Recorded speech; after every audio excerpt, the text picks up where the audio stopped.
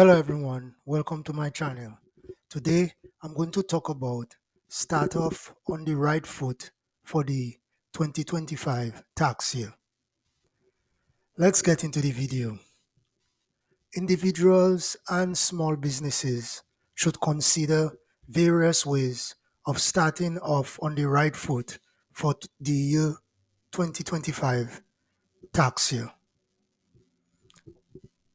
First thing is W4 updates. If you are employed, then your employer takes the information from your Internal Revenue IRS Form W4 and applies it to the IRS withholding tables to determine the amount of income tax to withhold from your wages in each payroll period. If your 2024 refund or balance due turns out not to be the desired amount, you may want to consider adjusting your withholdings based on your projected tax for 2025. If you need assistance to get this done, you can talk to a tax professional. Your W4 collection. If you are operating a business, then you are required to issue a Form 1099 NEC to each service provider to which you have paid at least $600 during a given year. It is a good practice to collect a completed W9 form from every service provider, even if you are paying less than $600, as you may use that provider again later in the year and may have difficulty getting a W9 after the fact, especially from providers that do not plan to report all of their income for the year. Estimated tax payments.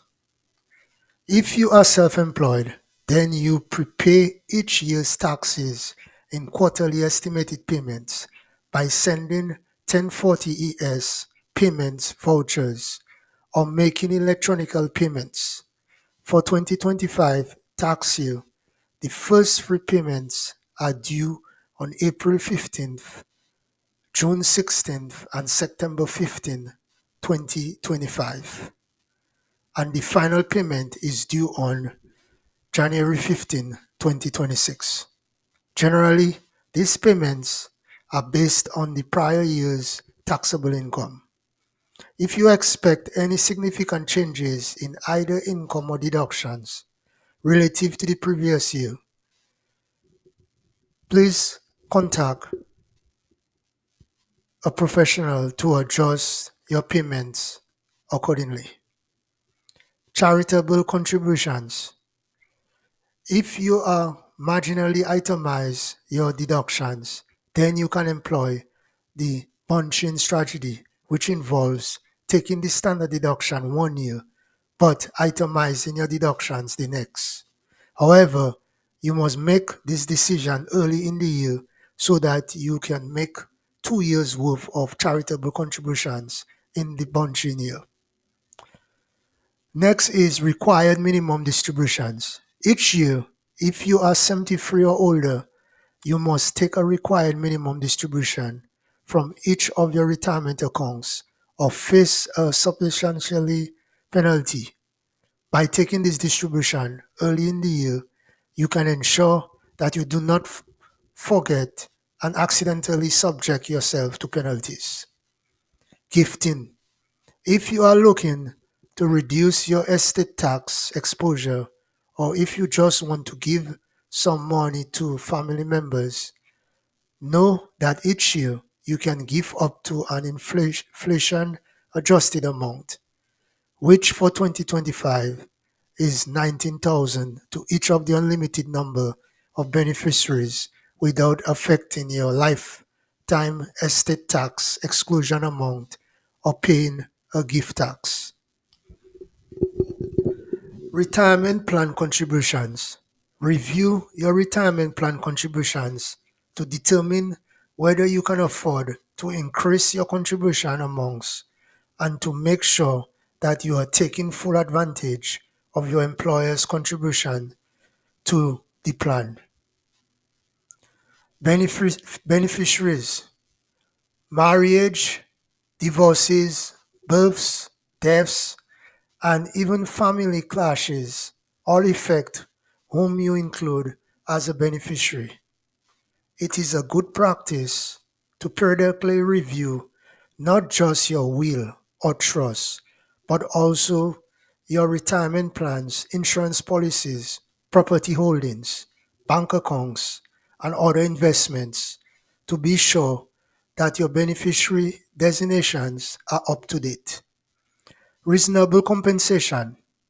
With the advent a few years ago of the 20% pass-through deduction, which is available to most businesses other than C corporations, the issue of reasonable compensation took on a new importance, particularly for shareholders of the S corporation. This has been a contentious issue in the past, as it's allowed shareholders who are not just investors but who are actually working in the business to take a minimum salary or no salary at all, so that all their income passed through the K1 as investment income. This strategy allows such shareholders and the S corporation to avoid payroll taxes on income that should be treated as W2 compensation. A number of issues factor into a decision of reasonable compensation, including comparison to other working in similar businesses and to employees within the same business, as well as the cost of living in the business locale. This is a subject amount, and it is generally must be determined by a firm that specializes in making such determinations. Next is the business vehicle mileage. Generally, vehicles with businesses use also have some amount of non-deductible personal use in a given year.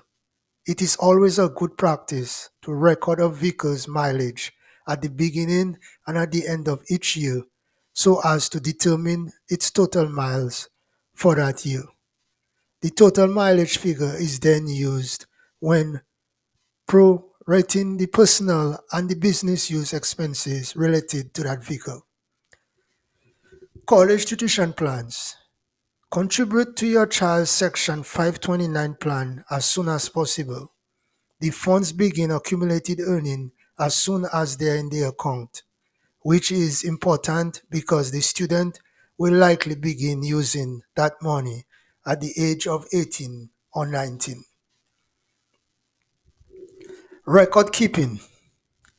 Only a few of the tax-related actions that you take during a year will benefit yourself or others. The most important of this action is keeping timely and accurate tax records. For businesses in particular, this is one of the utmost importance. Those who have well-documented income and expenses records generally come out on top when the IRS challenges them. If you have any question related to your taxes or you would like help in tax planning, it's always a good idea to contact a tax professional if you do not have one, especially for this coming tax year 2025.